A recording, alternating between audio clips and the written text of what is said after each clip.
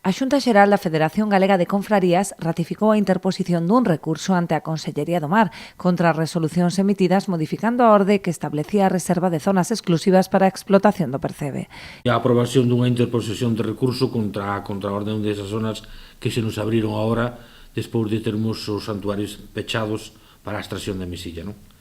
Iso foi un dos puntos claves que sabíamos que o íbamos a facer, xa o tiñamos decidido na Ejecutiva, pero bueno, había que levarlo a Xunta á Asamblea General, e outra foi unha concentración para o día 15, a señal de repulsa contra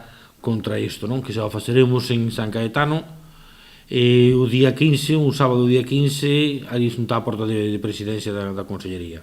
A concentración baixo o lema contra as chapuzas políticas no sector do mar busca amosar o rexeitamento ás decisións que semellan basearse en apoios políticos e non na situación do sector que precisa da protección dos recursos e da xestión sustentable do medio mariño. Nos entendemos que se foi presionando para que se abriran máis zonas. Sabemos tamén que non é tanto como se di a necesidade. Sabemos que si é necesidade, foi un ano malo de mesilla, un ano malo para todo o mundo, tanto de meixa como de percebe, como outros sectores, e o sector está convencido